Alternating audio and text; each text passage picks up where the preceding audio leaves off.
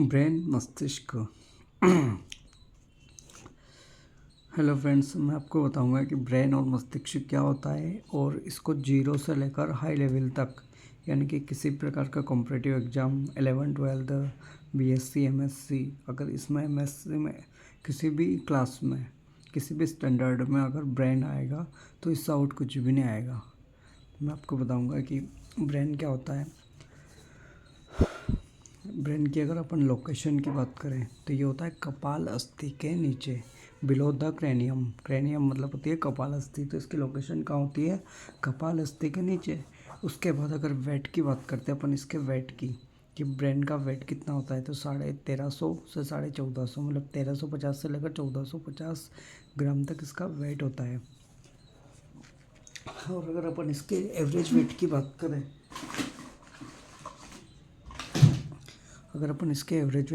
करें, तो होता है 1400 ग्राम। ठीक है। उसके बाद में वेट ऑफ चाइल्ड ब्रेन, मतलब जो बच्चे होते हैं छोटे, उनके उनके ब्रेन का वज़न कितना होता है, तो ये होता है 350 से 400 ग्राम। ठीक है। अब इसके नॉर्मल फंक्शन देख लेते हैं अपन कि ये कार्य क्या करता है। ब्रेन सामान्य बुद्धि प्रदान करता है और पूरे शरीर को रेगुलेट करता है या नियंत्रण करता है। ठीक है। उसके बाद अब अपन देखते हैं कि ब्रेन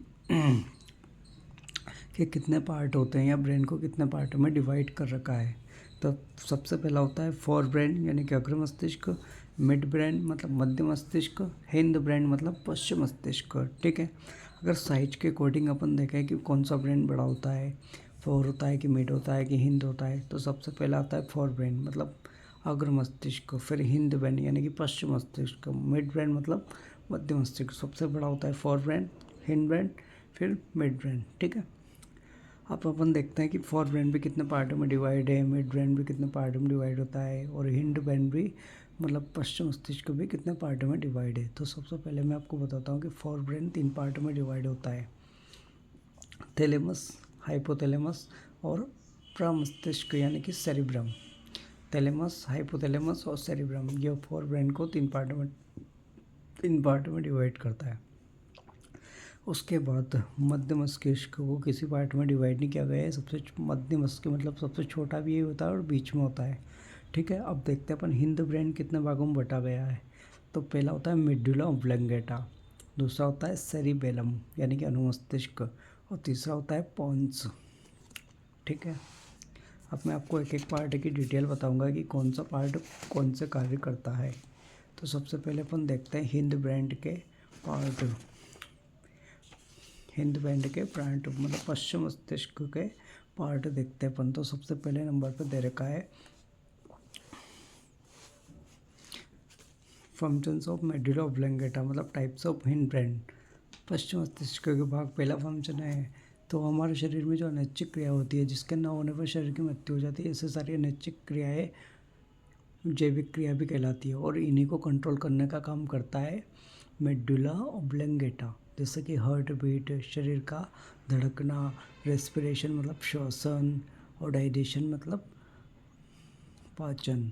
तो ये सारी ऐसी क्रिया जैविक क्रियाएं होती है जो नहीं होए तो अपने शरीर की मृत्यु हो सकती है। तो इन सारी क्रियाओं को नियंत्रित या कंट्रोल करने का कार्य प्रमस्तिष्क का मेडुला ऑब्लंगेटा वाला भाग करता है। ठीक है। अब सेकंड नंबर पे देखते हैं अपन वे सारी अनैच्छिक क्रियाएं जिसके होने न होने से शरीर पे कोई फर्क नहीं पड़ता, उनको सहायक क्रिया बोलते हैं। और इनको कौन कंट्रोल करता है? ये मेडुला ऑब्लंगेटा ही कंट्रोल करता है। जैसे कि उबासी हो गया, चिकना हो गया, खांसी हो गई।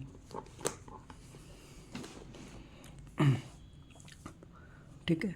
उसके बाद अपन देखते हैं सेरिबेलम मतलब इसका सेकंड पार्ट होता है हेलिबेलम। ये हिंड ब्रेन का सेकंड नंबर का भाग है। पहला था मेडुला ऑब्लंगेटा और दूसरा था अनुमस्तिष्क या सेरिबेलम। इसको लिटिल ब्रेन भी बोलते हैं मतलब छोटा मस्तिष्क भी बोलते हैं। और ये क्या काम करता है? पेशी संकुचन को कंट्रोल करने का कार्य करता है। उसके बाद में चल क्रिया यही रेगुलेट करता है अपने शरीर में। मतलब कहते हैं ना कि वो जो लोग शराब ज़्यादा पीते हैं तो उसका कौन सा भाग ज़्यादा प्रभावित होता है, तो इस सेरिबेलम होता है सबसे ज़्यादा प्रभावित है, क्योंकि इस सबसे ज़्यादा शराब का असर इसी पे पड़ता है। तो ये क्या है, ठीक से काम नहीं कर पाता है तो व्यक्ति ठीक से चल नहीं पाता है। तीसरे नंबर का फंक्शन देखेंगे टू कंट्रोल बॉडी पोस्चर, मतलब सोना उठना बैठना यही कंट्रोल करता है। बैलेंसिंग ऑफ बॉडी, मतलब अपने बॉडी का जो शरीर का जो बैलेंस होता है यही रेगुलेट करता है। बोलने में सहायता करना यही करता है, बोलना कैसे तरीके से है यही कंट्रोल करता है। ठीक है, जो व्यक्ति अल्कोहल पीता है, अल्कोहल मतलब जो शराब पीता है, तो सेरिबेलम उसका प्रभावित हो जाता है। तो उससे क्या है, जो जिसको नशा चढ़ जाता है तो उसका सेरिबेलम ज़्यादा प्रभावित हो जाता है और वो ठीक से कार्य नहीं करता है, मतलब उसका बॉडी बैलेंस बिगड़ जाता है, उसको बोलना कैसे वो भी सूझबूझ नहीं रहती है, सोना उठना बैठना ठीक से वो कर नहीं पाता है। ठीक है, जीवन का वृक्ष भी सेरिबेलम को कहते हैं। ठीक है, तीसरे नंबर का पार्ट होता है इसका पोन्स। ब्रेन और बॉडी में कम्युनिकेशन प्रदान करता है, ये हेल्प करता है मेडुला ऑब्लंगेटा की। पोन्स क्या करता है, पोस्ट ऑफिस का कार्य करता है, मतलब ये हार्ट बीट, स्किन और आई से जितने मैसेज आते हैं पोन्स एक्सेप्ट करेगा और कहाँ पे भेजता है, hind brain, fore brain, mid brain ऐसे भेजता है। ठीक है, उसके बाद अपन देखते हैं मध्य मस्तिष्क। ये तो बिल्कुल छोटा सा है, smallest part of our brain, मतलब सबसे छोटा पार्ट यही होता है ब्रेन। अब अपने जो सेंसरी ऑर्गन होते हैं, आई हो गया, ईयर हो गया, नोस हो गया, स्किन हो गया, टंग यानी कि जीभ हो गई, तो ये 5 संवेदी अंग होते हैं अपने अंदर, सेंसरी ऑर्गन। आई से अपन क्या कार्य करते हैं, देखने का, ईयर से सुनने का, नोस से सूंघने का, स्किन से स्पर्श करने का, टोंगी से टेस्ट करने का। तो ऊपर के जो 2 फंक्शन दे रखे आपको, आई से क्या करेंगे अपन, देखेंगे, और ईयर से सुनेंगे, तो ये मिड ब्रेन इसको कंट्रोल करता है, आँखों को और सुनने का। तो यहाँ दे रखा है कि देखकर या सुनकर चीज़ों में अंतर पता करने का काम किसका होता है, मिड ब्रेन का होता है। ठीक है, अब लास्ट अपना एक और बचा है फोर ब्रेन। ये लार्जेस्ट पार्ट होता है अपने brain, largest part of our brain, मतलब अपने ब्रेन का सबसे बड़ा भाग होता है। अग्र मस्तिष्क को उच्च मस्तिष्क भी कहते हैं या हायर ब्रेन भी कहते हैं। मैं आपको फोर ब्रेन 3 पार्ट में बताया था मैंने आपको, तो मैं बताता हूँ कि इसके क्या क्या कार्य होते हैं। तो सबसे पहले नंबर पे देते हैं, अगर ये जो फोर मस्तिष्क होता है 3 पार्ट में डिवाइड था, थैलेमस, हाइपोथैलेमस और एक और सेरिब्रम। ठीक है, तो सबसे पहले मैं आपको थैलेमस के कार्य बताता हूँ। अब मैंने आपको बताया था अभी मिड ब्रेन क्या कार्य कर रहा था, 5 संवेदी अंग थे जिसमें से 2 को कंट्रोल करने का काम कर रहा था, मतलब आँखों को और कानों को, जो सुनने का काम करते हैं और देखने का काम करते हैं, उसको मिड ब्रेन कंट्रोल कर रहा था। तो 3 संवेदी अंग और बचे हैं, और इन्हों को कंट्रोल करने का काम कौन कर रहा है, थैलेमस, नोस, स्किन और टंग्यू। ठीक है, उसके बाद फंक्शन ऑफ हाइपोथैलेमस। हाइपोथैलेमस क्या काम करता है, टू कंट्रोल फीलिंग, मतलब अपनी भावना को कंट्रोल करने का काम करता है। भावना कितने प्रकार की, मतलब जैसे किसी से लव, हेट, भूख, प्यास, ये सारी भावनाएं होती है, फीलिंग होती है, इनको रेगुलेट करने का काम कौन करता है, हाइपोथैलेमस करता है। ठीक है, एक और इसका कार्य होता है बॉडी टेम्परेचर को भी कंट्रोल करता है। ठीक है, उसके बाद लास्ट देखते हैं अपन सेरिब्रम। सेरिब्रम जो होता है मस्तिष्क का सबसे बड़ा उपभाग होता है, सामान्य बुद्धि को नियंत्रित करता है, मेमोरी याददाश्त को नियंत्रित करता है, इमोशन भावना को ये भी कंट्रोल करता है। सेरिब्रम भी 4 प्रकार का होता है, फ्रंटल,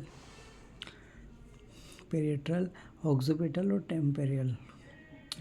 ठीक है, थैंक यू, ये अपना ब्रेन कंप्लीट हो गया। आप एक बार अच्छे से इसको रिवाइज कर लेना। ये बीएससी, एमएससी या all competitive exam 11th 12th biology सभी के लिए बहुत महत्वपूर्ण क्वेश्चन है, और मैंने आपको 0 to हाई लेवल तक बता दिया है। Thank you so much.